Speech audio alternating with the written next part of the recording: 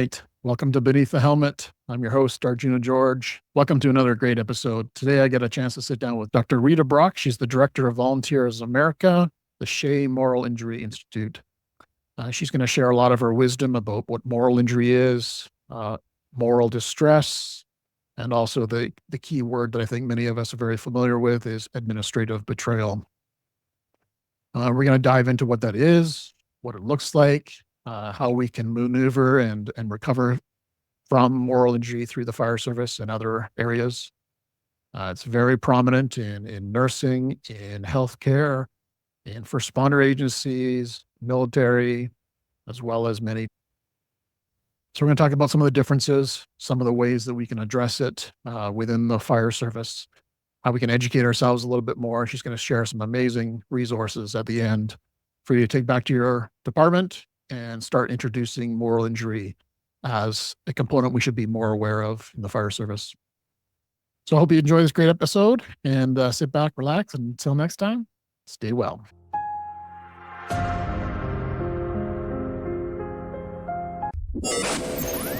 It's time to ignite your soul and unlock your full potential. Join us on Beneath the Helmet, the podcast exploring firefighters' health and wellness. Hosted by retired Fire Chief Arjuna George, our podcast is the perfect place to start your journey towards becoming the best version of yourself. So come on, let's join the conversation and find out what sets your soul on fire. All right, welcome back, everyone. You're in for a real treat today. I got Dr. Rita Brock on the air today. So welcome to the show, Rita. Thank you. It's great to be with you. Awesome. Thank you so much. Yeah. I've listened to a few of your podcasts and other shows, and it's great information that you're sharing. So I'm so happy to have you on the show today. So tell us a little bit about who you are, kind of your life up until this point of who Dr. Rita Brock is and what made you go into this world of helping with first responders. I had quite a long life, so I'm going to give you the short version. Sounds great. I grew up for 5 years in Japan. I was raised in an extended family where my grandfather was a Buddhist priest, and then I was sort of plopped into a military base in Kansas, in the middle of the United States, and grew up with a stepfather who was in the U.S. military. And I didn't know he was a stepfather; he was just passed off as my father. So I grew up with a dad who had been a World War II veteran, and came home pretty in messed up. He was sort of catatonic for about 6 months, but the family pulled him together and he recovered. And so then that's how he went to Japan and met my mother. And he was, I would say a good, a good father. He wasn't perfect, but he was reliable and stable. And I grew up that way in the U.S. military. And then he went to Vietnam when I was 16. He was sent and did 2 tours and came home pretty radically changed in a way that I didn't like being around him. And I had just finished high school and was off to college. And basically, I just chose not to be home very much. And so that lasted 8 years, and then he died. So now that I've worked on this thing called moral injury, I have an understanding of what changed him. But I didn't for years. I was just sort of vaguely estranged from going home to my family because he was around. So it affected me that way. But I went to college to be a neurosurgeon and got involved in the civil rights movement, social justice things, and science started to look less interesting than other things. And I actually wound up studying religion because of the civil rights movement. There was a lot of church activity around the civil rights movement, and that puzzled me, and I was interested in it. And I had grown up vaguely Protestant in the U.S. military, and then had a Baptist minister in high school briefly, who was just a lovely guy. He was just a really good minister, but the theology didn't sit with me. I didn't want to go anywhere at the afterlife if my Japanese grandparents were going to be there, and they were Buddhists. So my whole Japanese family was something else than Christian. So anyway, so I wasn't very interested in religion until the civil rights movement happened to me in college, and then I saw this long 2,000-year legacy of people protesting injustice and challenging kings and empires and all that sort of thing. And so I got interested in religion. And then one of my professors, one of my favorite professors, talked me into graduate school in religion. I didn't know what I was going to do with a BA in religion. He said to me, well, you need a graduate degree, so why don't you just go on? So I did, and it got more and more interesting. And so I wound up getting a doctorate in theology and philosophy of religion that had a strong world religion component in it, because I was, of course, fascinated that I had this Buddhist background, but also just fascinated by the human phenomenon of religion. And so I wound up getting a doctorate in it, was a professor for a long time, also with teaching women's studies and Asian American studies and things like that. And sort of burned out on teaching. I did 18 years of it and decided to become an administrator. Did an amazing job at Harvard for a while with professional women. That was like an education in everything important. And all these women were doing amazing things, and I got to learn about them. And then I worked for myself for 10 years. I sort of tired of the world of academia and that sort of thing, and did some activist work and then became a professional editor, and did some things like that. And then this idea of in the U.S., the wars in Iraq and Afghanistan started to get unpopular and kept grinding on. And I opposed them from the beginning, but it seemed hard to stop them. The peace movement wasn't having much impact. And so a friend and I decided maybe we should have a truth commission on conscience in war, because so many veterans experience conflicts of conscience when they get sent to wars, even from World War II.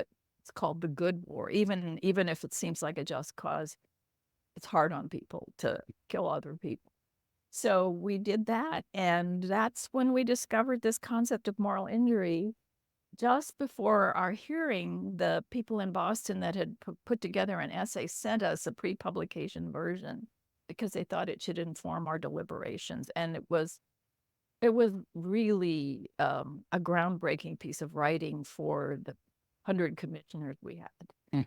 That they were both profoundly moved by the essay, and it brought the pacifists and the just war folks together around the question of morality in war, because just war folks and pacifists have moral questions about war.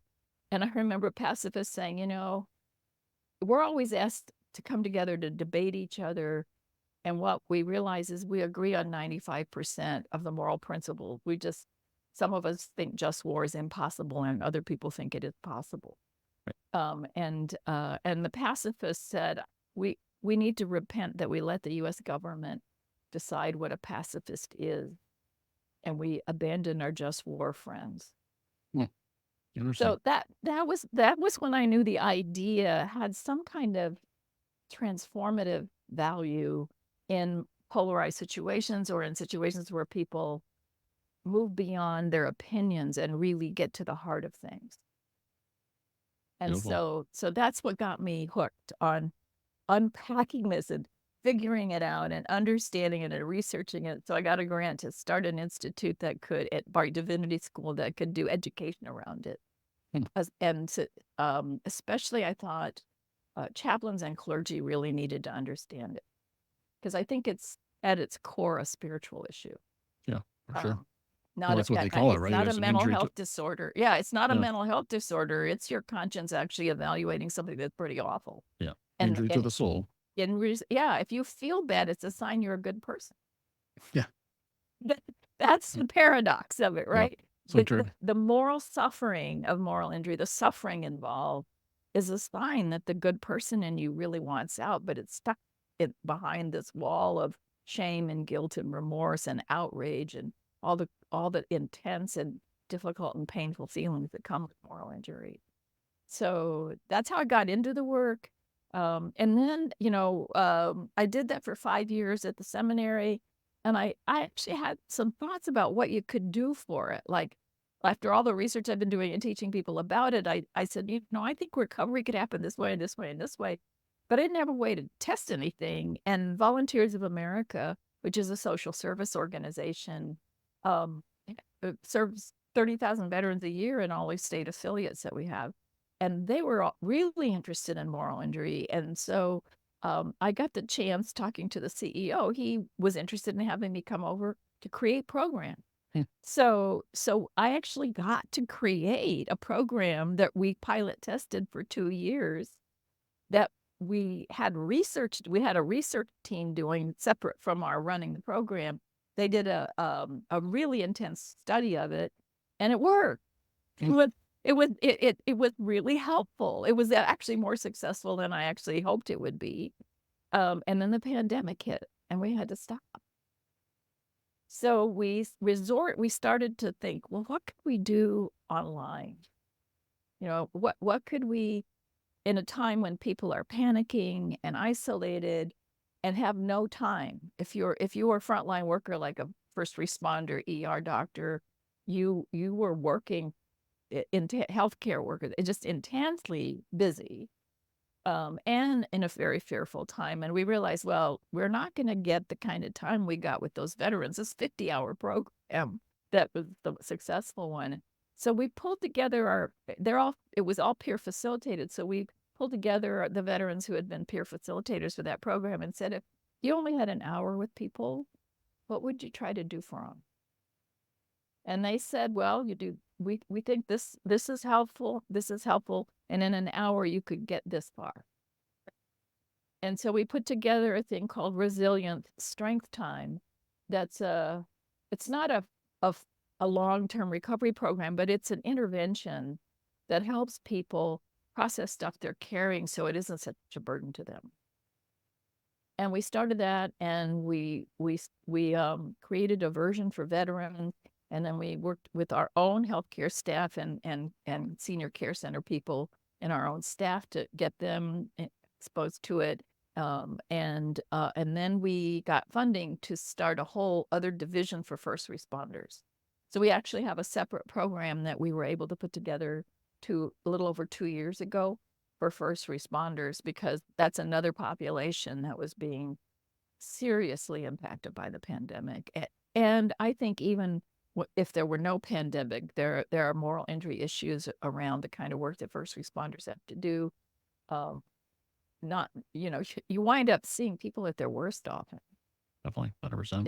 And it's a tough thing. And in some cases, like in corrections and in law enforcement, there's sanctioned violence where you actually wind up doing things that don't feel so good. And that's that. In that way, it's similar to the experience of some veterans. But it's painful and awful stuff that you have to see, and often there's you go and then there's things you can't do. Yeah, and that's the Right? worst part about moral It's the injury, right? When worst you have part of no it, yeah. control. Yeah, You when have you have no you have control. little control, or Mhm. there's nothing good you can do. Mhm. The situation is so bad that you try to pick the least worst alternative for people, or they don't want your help. That's the other thing too, is that they're at their worst, and sometimes they're resistant, and yet you still have to do it. Right. Right. And so that is emotionally challenging work. Not just physically and personally, it's just emotionally challenging work that you have, and you just have to sort of stuff those things and keep going. And as one person once said to me, well, you can bury those feelings, but they don't die. Yep, They 100%. sit in there. They don't die. They just wait. Yep, become Wait more for and a more chance. toxic. Yep. Yep. So that's how I got interested in the work, and Nice. how I wound up at the end of this process talking to first responders. One of the other wonderful experiences I've had around that is that I taught an intensive at Union Theological Seminary, I don't know, 6 or 7 years ago, maybe a little longer than that. And a woman that took the course was the first woman to be a chaplain for the New York Fire Department. Mm. And so she got very interested in moral injury. What she said is, it's my lane. It's a chaplain lane. It's not a mental health disorder. It's not a physical problem. it's a spiritual, it's my lane. And so she got really interested in um, helping to try to do programming around for the New York Fire Department. And she texted me a few weeks ago and said, I've just been made in charge of care for the you. So she says, I'm the boss now. We can do some programming. Oh, great. Um, That's great. yeah. So, but I learned a great deal from her one September when I was in New York, and she invited me to spend the day with her on 9/11. Mm. And saw what that fire department did on that day to remember 343 dead firefighters who were lost in that. And it's a way that event still haunts the New York Fire Department. Oh, yeah. Yeah. Yeah. I went down to And I'm New sure York. every fire department has things like that. Oh, yeah. 100%. Yeah. But New York, honestly, it affects all of us in the fire service across North America and the world, really. Yeah. September 11th means just as much to me as I'm sure Oh. some people in the States, right? So, Yeah. yeah. Yeah, exactly. Mhm. It happened to the World Trade Center, not to the Yeah, American. exactly. Exactly. Yeah. Yeah. So Well, it's that's how I great got work. into this work. Yeah, Yeah, it's no, great work you're doing. I appreciate that. It's great and work. as they say that, if you're in moral pain, it means a good person's in there trying to Mhm. get out. It's I like not that. that the pain is horrible, but if you don't deal with it, it's not going to go away. Yeah. Um, and what's wonderful about it is if you can actually help people unload some of that, you just meet the most amazing people. Like, They just come alive. I mean, just to watch the miracles that happen when they can let go of that stuff, in ways that you're never going to forget it, but it doesn't have to run your life. yeah, and just a little short story. I've shared this a few times on the podcast, but the day I decided to take a leave from my job, I went up to my family portrait wall and said, "I'm free." Mm. Just popped out of my mouth, and that was definitely moral injury speaking, saying, "You're free. You're now able to be yourself." Yeah. So that was quite a moving moment for sure. Yeah. Yeah. Yeah. Um, So for the and, people who are listening right now, moral injury, like whenever I go and do talks, workshops, presentations, I talk about moral injury almost every single time. oh, that's great. Very few people ever put their hand up saying they've ever heard of it. Right. So how would you describe it in a real easy, kind of almost elevator pitch, what Yep. moral injury is?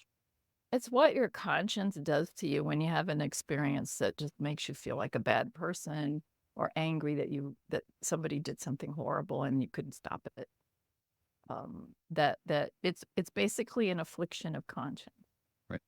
And I believe everyone has a conscience. Some people get it beat out of them, and destroyed, but we all start with that because our conscience is how we have relationships, how we are loved and feel safe and good in the world. So when something disrupts that, when it it can be as simple as a car accident. Right. Right. I talked to a group of people who formed an association of people who feel terrible because they killed somebody in a car accident. It can be or it can be war, or it can be a horrifying crime scene, or whatever, a terrible fire. These are all things we don't have any control over, and bad things happen. And even though we're not responsible, we still feel bad. Right. And so that's it, every religion understands this. There are rituals that a lot of religions have to help people come to terms with horrifying experiences. And that's something I did in graduate work, with study world religions, and so I'm attentive to the fact that religions, as pretty much all, have a way of talking about that kind of devastation to a human person, and also about systems that do that to people. Yeah, 100%. Yeah. Yeah, I guess that's yeah, why it marries so well with chaplaincy, right? Is yeah, that uh, marry? Yeah. Nice. yeah. And we have an educational program at Volunteers of America that's a 10-week, 50-hour certificate in moral injury. Mm. And we get a lot of chaplains and clinicians and social workers. We get humanities professors and other people too. But they have to do a capstone project that applies moral injury to their work. And it's so amazing how many areas people can move this into and how creative they can be from all kinds of diverse religious traditions, and also using art. And in the situation of chaplains, you can't be sectarian, you can't promote a particular religion, but you can do really, they come up with the most interesting ways of helping people process moral injury. Um, we had a military chaplain who wanted to help other military chaplains with their own moral injury experiences. And he found a way to do it using Legos. So I was just, when he explained it, I thought, oh my gosh, that's really very creative, but I think it could work. I'd like to see that, actually. Yeah. So it's an ordinary human experience, moral injury. That's the thing. It's not some pathology or some unusual disorder. It's an everyday. Right. But it's, once it happens to you, it's really hard to process. And no one should try to do it alone. So saying that, what are some of the things that people listening right now would say, this sounds like me. I'm challenged with some moral injury right now. What would be some of the things that would show up in their lives that would maybe point them in that direction? Well, if you're feeling miserable and not a good person, or really like angry, upset about something serious, or you don't connect anymore to people you care about, you just don't have the energy to have an emotional connection, you withdraw, you may start drinking to lessen the pain, or use something else to lessen the pain, overwork, like you feel like you don't want to stop working because it's like you're running from it, it'll hit you if you stop. Those are all signs that you should stop.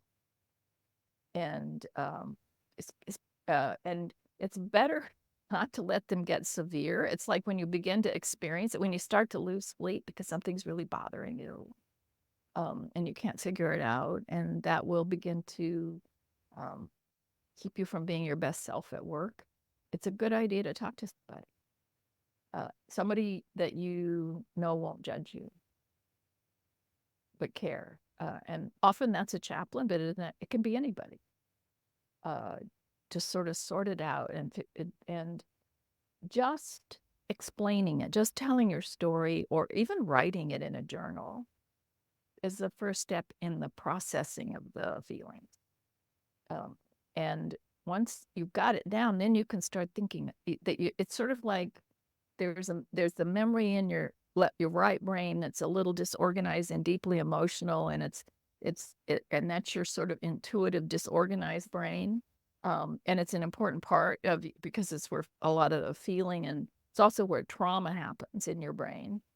So what you need to do is to get that process organized over into your thinking brain, which is where your conscience is. And if you have moral injury, it's mad at the other side of your brain. It's like that conscience is mad at what happened, and it's mad that it feel all these feelings, and it doesn't want to feel those feelings. So to sort of be able to put those two things together and start to process means you start to reflect on your experience rather than just letting it, the emotions overtake you. And it's just useful to be able to talk to somebody. And that's why we have these rest groups they're facilitated by other first responders. So there's no judging, and they're not there to fix people. They're just there to give people some support for taking that step of realizing they're not alone, that people will believe them, and people will understand. They'll empathize. That's a really good first step. Yeah. Yeah. So talking with, a colleague, a peer supporter, a Yes. therapist, a clinician, coach, whatever that looks like, as long as you're sharing your story, that's a great way to start off healing from that. Yeah. Yeah, and we use groups. The REST program is small groups, and they're facilitated by first responders, and it's just small groups. And we use groups because there's something magical about saying something you've been carrying that's really bothering you, and it feels bad. and you share it, and people go, oh yeah, oh I can understand. That didn't happen to me, but I can understand how you feel. Or oh man, that happened to me too. So you start to feel connected to people. It breaks down the sense that you're the only person that's this bad or in this bad a shape. And it also means that your story is of value to other people. It's not just a burden, it's a value, because people can be empathetic. They can even learn from what you said, or feel connected to you. Just they want to feel connected as well. So there's a way that the group helps everybody feel better. You don't have to do it yourself. In therapy, you have to do it yourself. Right. Yeah. Right. But in a group, somehow the whole group carries people forward. Mhm. Yeah, groups are And powerful. they Groups and really peer are. support and coaching, and yeah, it's very powerful. The military knows this. They put people in squads.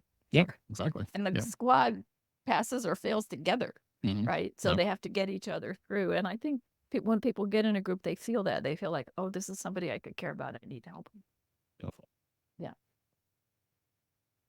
So, just for my own clarity, but also I think for the listener right now as well,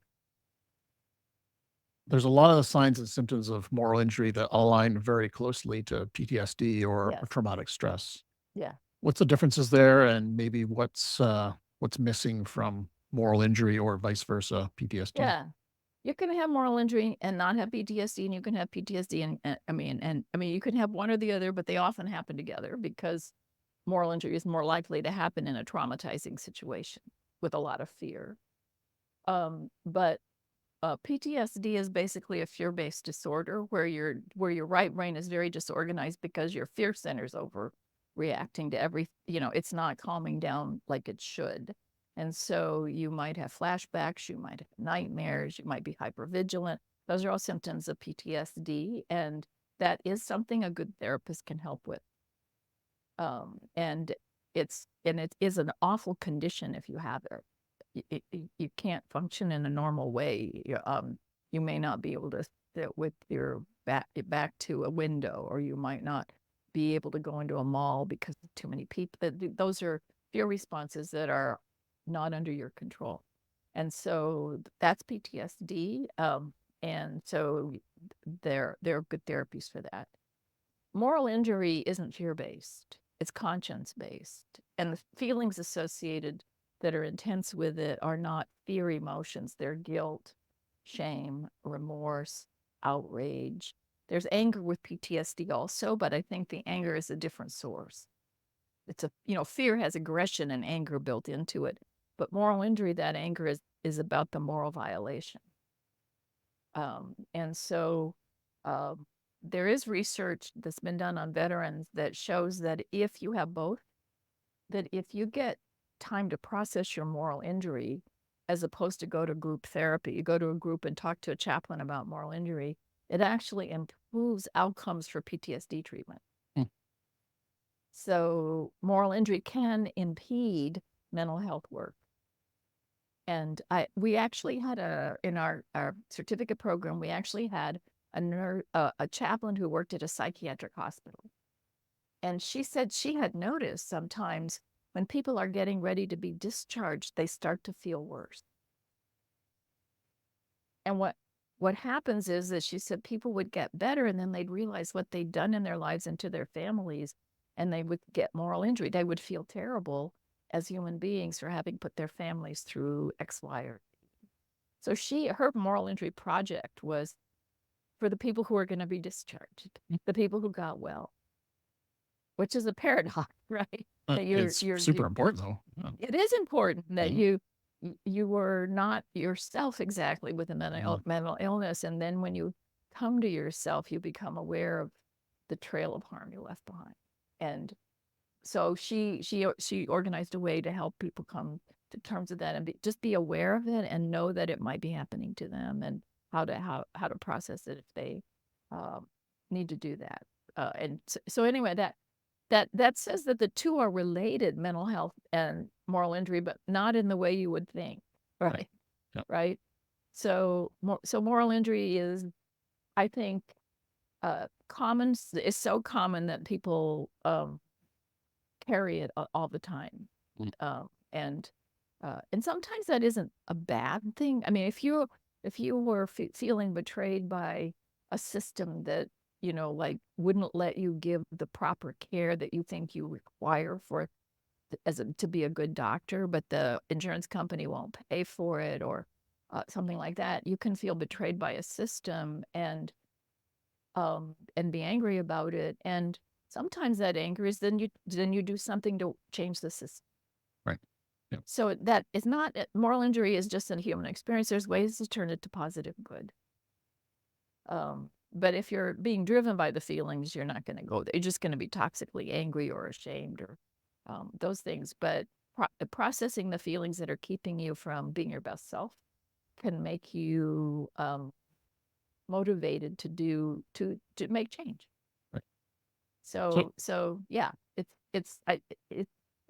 I don't think it's good or bad. It just is. It's moral suffering is part of the human condition. That's for sure. Yeah. So why is it that moral injury is not part of the DSM? Like, what's missing to make it qualify for that? I have a couple of intuitions about that because I studied psychology in college and graduate school as part of the work I did as a theologian. But um, it's been a couple of 100 years where the ideas of guilt and shame started to be seen as neurotic, as mental health problems, and religion was also seen as often a problem. So there are plenty of people in the therapeutic community that don't know anything about religion, don't like it, or have left it behind because they were harmed by it themselves. Mhm. So they're not very sophisticated in the way they understand the complexities in religion around moral suffering. And when they hear guilt or shame, they want to try to help people get over it.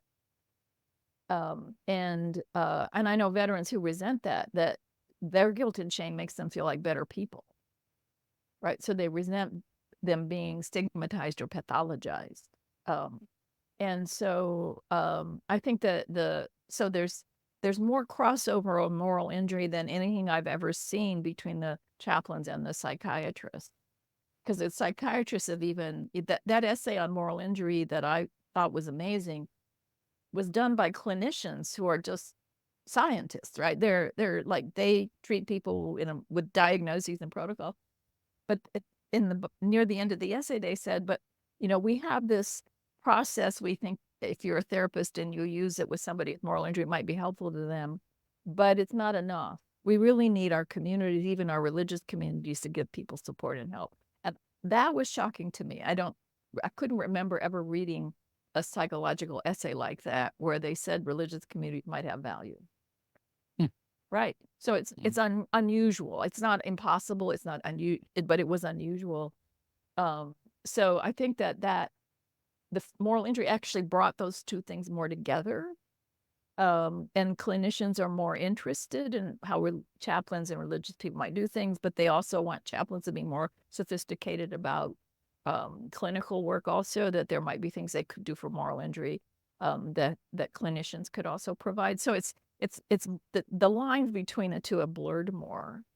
But I think there's still, how would I put it, not a lot of education for people who are going into psychiatry or psychology around moral injury because it's still new enough. Yep. That it sort of was sort of slotted into veteran clinicians and everybody else wasn't paying attention to it. And now since the pandemic, there have been studies on moral injury in medicine and so now there's even research-based essays that identify it. And I think you're going to find the clinical community more interested in it. But the fact is, and this is why I think the role of chaplains and the peer support stuff that we do is so important. The fact is that there are not enough therapists and psychiatrists right now to take care of people who actually have mental health issues. The wait times for appointments at the VA in some places can be weeks or months. There's just not enough therapists. So the therapists have their own work to do, and it's a really important work. So those of us who work on moral injury can support those who don't actually need a therapist, but they need help. they're suffering morally. But if you spot it as a disorder, then you have to have a therapist. Right. And we use peers. You don't even need a professional in the room, and you can have incredible improvement. Because it's just part of the human condition. We can all help each other. So yeah. So I don't know that we need therapists and clinicians to become experts on moral injury. They just need to know if they got somebody talking in a way that sounds like they have moral injury. They can say, "Oh, well, you might want to go to this group or talk to the chaplain." Right. Okay. Yeah. So you mentioned religion quite a few times. Yeah. But from my kind of knowledge of moral injury, it's more of a spiritual thing, and spirituality is a little bit different than religion. Or am I wrong I there? think there's a lot of overlap. Yeah, for sure. Buddhism is a very formally organized religion, but a lot of people think of it as spiritual because it doesn't structure itself around belief. Right. It structures itself around practice. So if you do the meditation practice, you will get where you need to go.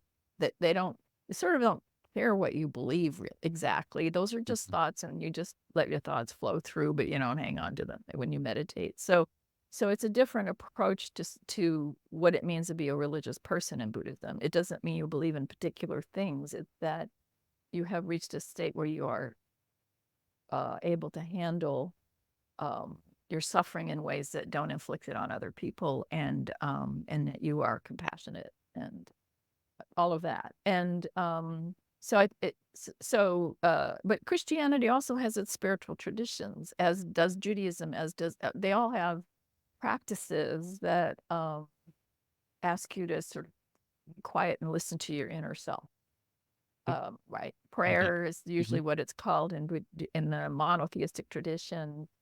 But I spent a week once at Rosebud Reservation and participated in sweat lodge ceremony. And it was an amazing experience. I don't know, I can't tell you exactly why it was so an amazing experience, but it was transformative in a way that I still don't know how to explain.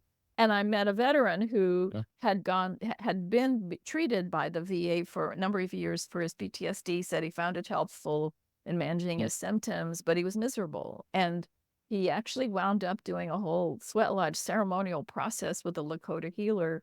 And that's what helped him get over his war experience. Wow. And he said the healer said to them, "We're doing this process because you need to learn to not want to kill people." And that was a little shocking to him, but he felt it transform his insides in a particular. So I don't. The Lakota tradition is quite ritualized. It's got its way it does things. It has its religious leaders, shaman leaders. So it is a religion, an indigenous religion. They're all these different. I mean, they're different. They're not all the same. Navajo, Lakota, Anishinaabe, but there probably as many versions of Christianity as there are tribal traditions. So I think the idea that people don't like organized religion, but they like spirituality is a little bit too neat a divide. Right. A lot of what we call spirituality emerged from some religious tradition, and it had, as my friend Brendan Ozawa de Silva, who runs a Tibetan Buddhist center at Emory, says, Buddhism is easy to secularize. It's easy to teach somebody to mindfully breathe, and they don't have to believe in Buddhism to do it because they're practice oriented. And so we use a lot of those kind of practices in our groups because they're not branded as one religion. And that helps people who aren't religious participate. It helps people who are religious participate. And because we're not interested in, imposing anything religious on people. But we do know that there are practices that come out of religion that are actually beneficial. Yeah, I think that's important because I think a lot of people might dismiss this kind of work because it's like, oh, I don't want to get into a different religion or religion in general, right? So we have plenty of atheists for our program and be fine. And they're still atheists. That's fine. Totally. In fact, I have a number of very close friends who are atheists, and they teach religion, professors of religion. Oh, you have to believe things that teach them in a sympathetic way. It's not that they Right. don't believe, they just don't know which one to pick, right? Well, no, they believe that most of the ones I know who are atheists were taught things from their religious tradition that they came to understand as not true. Mhm. And so they just weren't interested in a tradition that prescribed what they needed to think about things. And so they generally are humanists. I think they wind up being sort of humanists.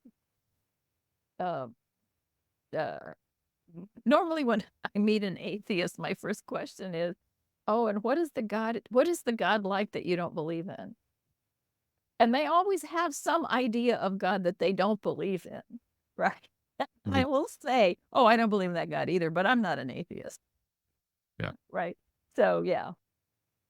Okay. Uh, Well, that's good to clarify because I think that's an important part of this whole. Because whenever I bring up moral injury, that definitely the spiritual or religion part comes into it, right? Of yeah, questions around it.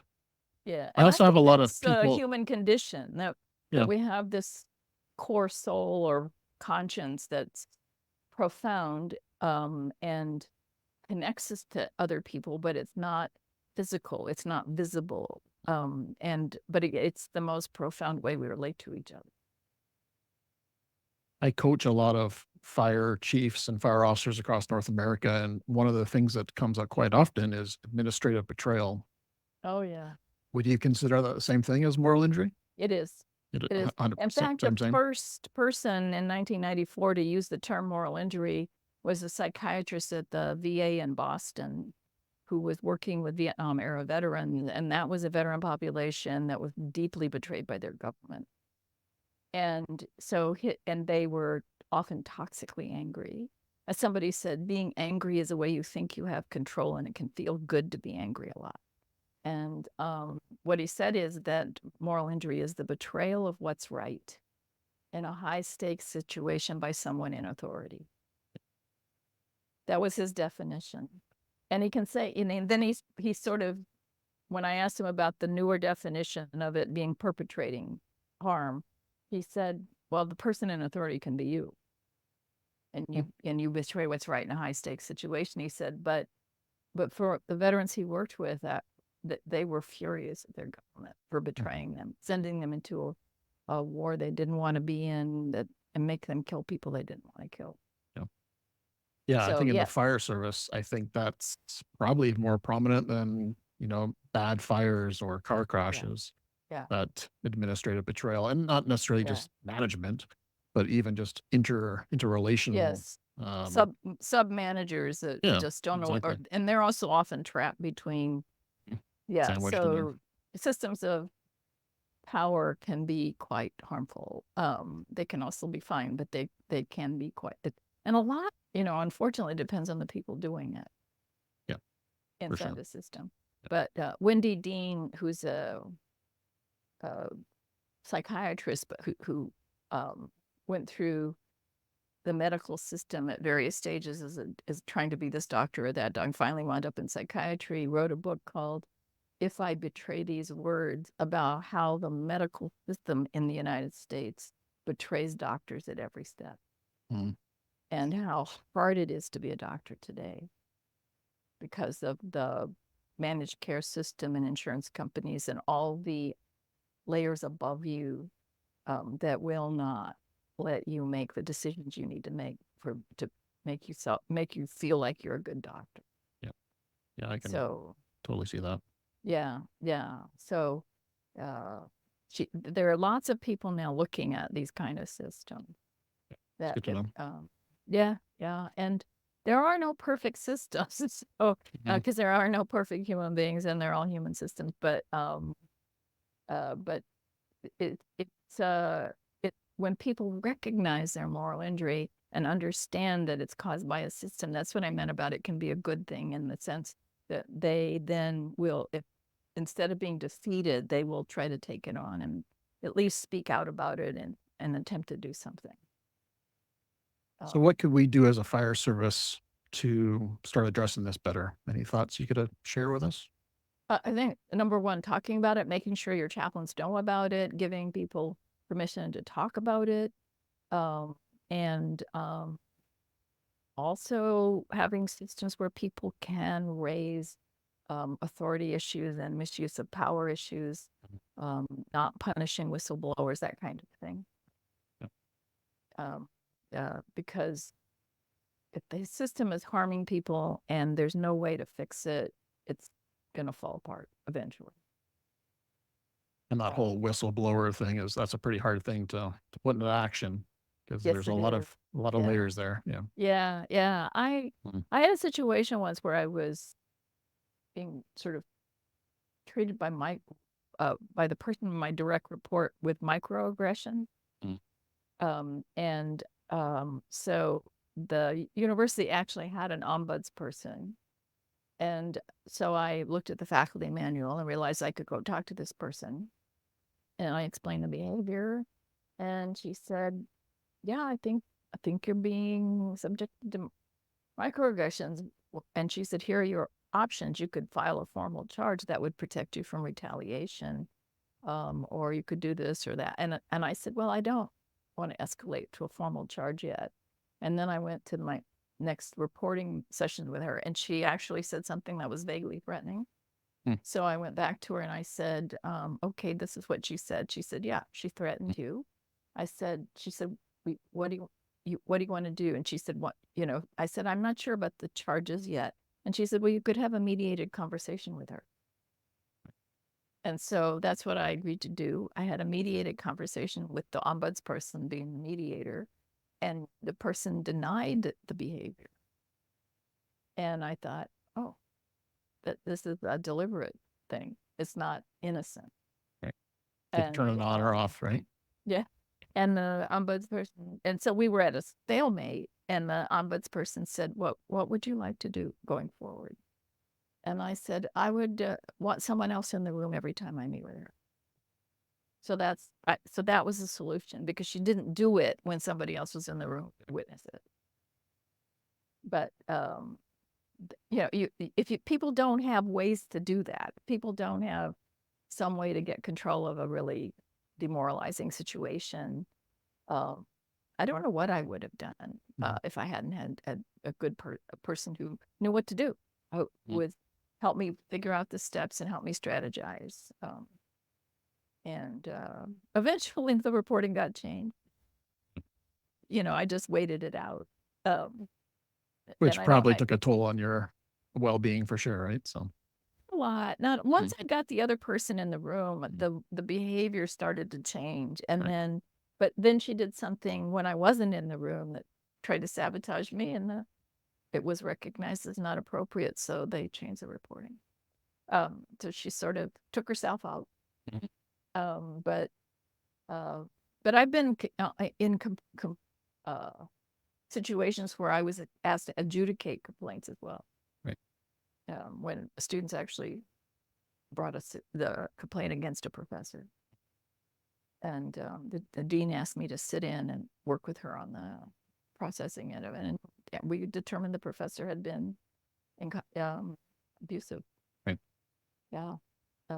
So for the listener listening right now, what kind of resources could you share that they could go learn more about what moral injury is, how to prevent it, how to use it for good? We have a bunch of stuff at our website, voa.org/moral injury.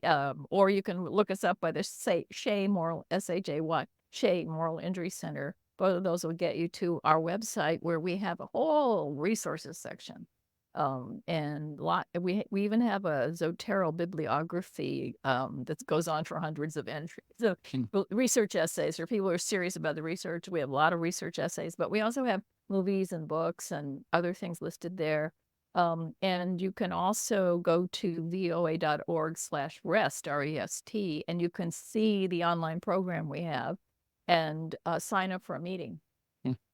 So how do people do that? Is it a free, or is there a cost to it? No, it's confidential. It's free.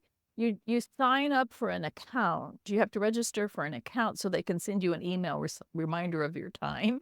And then when you sign up for an account, you will see the schedule of when the meetings are. And the one for first responders is separate. So if you click on the first responder section of it, you will only see meetings for first responders. And there's several a week. And on Zoom kind of thing, right? It's just Zoom. It's like Zoom. It's almost identical to Zoom. Yeah. And you get an hour with two facilitators who can run the meeting for you. And sometimes it's one or two people, and sometimes it's 10. It varies a lot, but it's a chance with two people who understand moral injury. The main thing is the facilitators understand moral injury, so they know what they're hearing and they know how to guide people through a difficult emotional experience.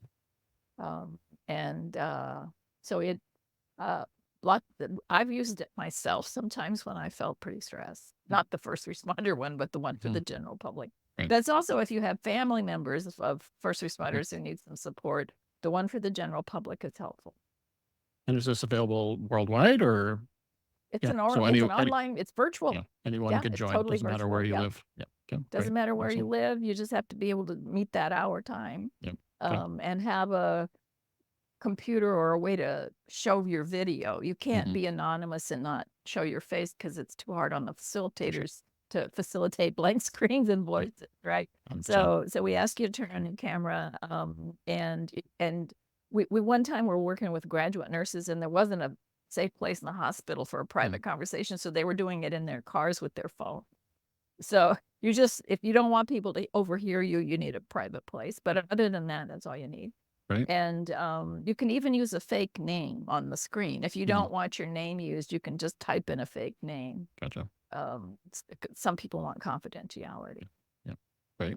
That's a great resource for sure. It's very easy to use. And it does require some Wi-Fi bandwidth to show your video. That's it. Okay. Yeah. If you could suggest one resource to really get a clear picture of what moral injury is, what would you recommend? Wow, that's a great question. There was an essay at the end of September 2020 in Scientific American, and it just said this is moral injury is an epidemic that affects millions.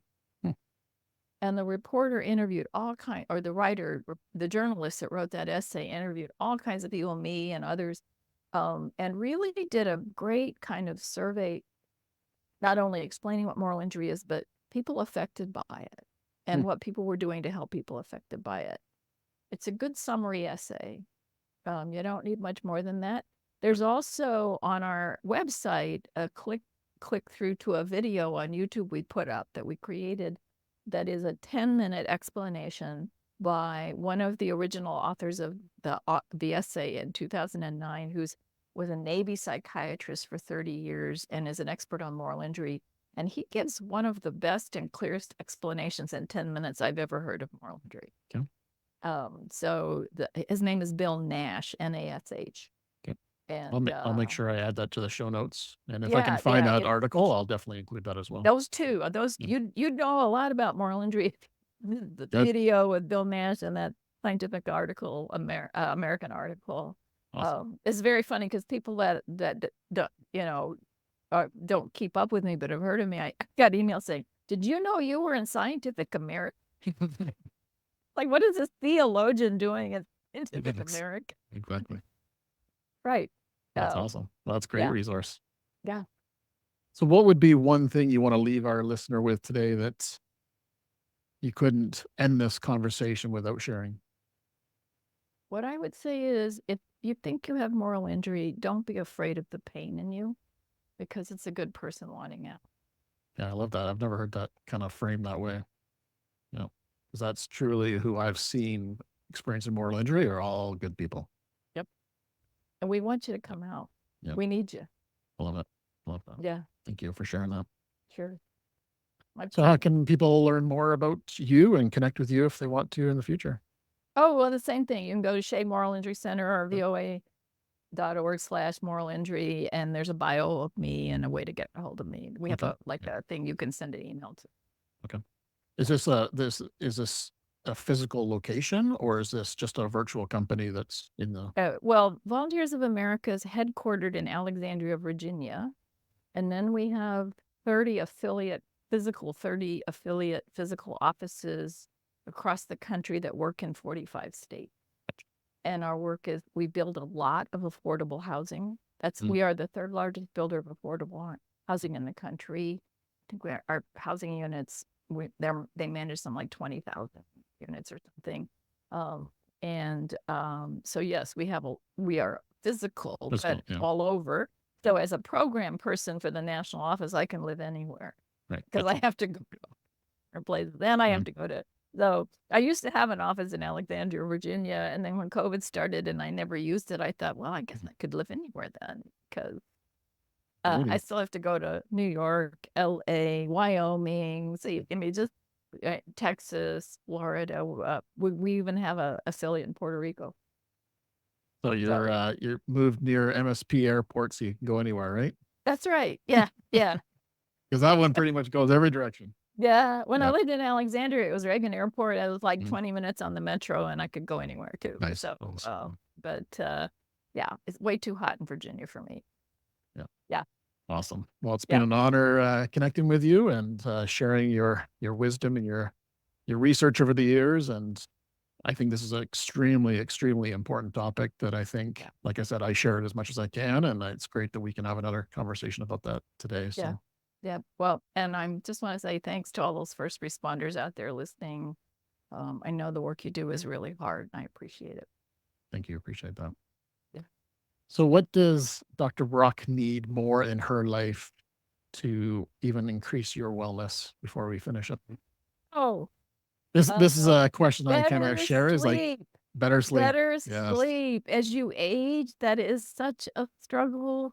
Yes. I used to be a champion sleeper. I could sleep through anything in those 8-9 hours solid through, and I haven't had 8 hours sleep without a break probably in a year. It's it's just part of the aging process, but it just drives me crazy. And if you're female, it's also like you get the hot flashes too that interrupt your sleep. So anyhow, but my wellness is trying to do the best sleep hygiene I can do before I go to bed at night, and then waking up at 2 a.m. and thinking, it didn't work.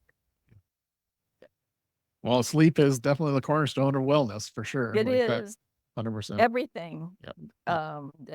It is the way your brain revives itself and restores itself overnight. And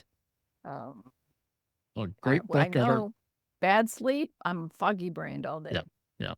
Yeah. A great book is Why We Sleep. I don't know if you read that or not, but that is a great book. I have. Yeah, it's a great book. Yeah.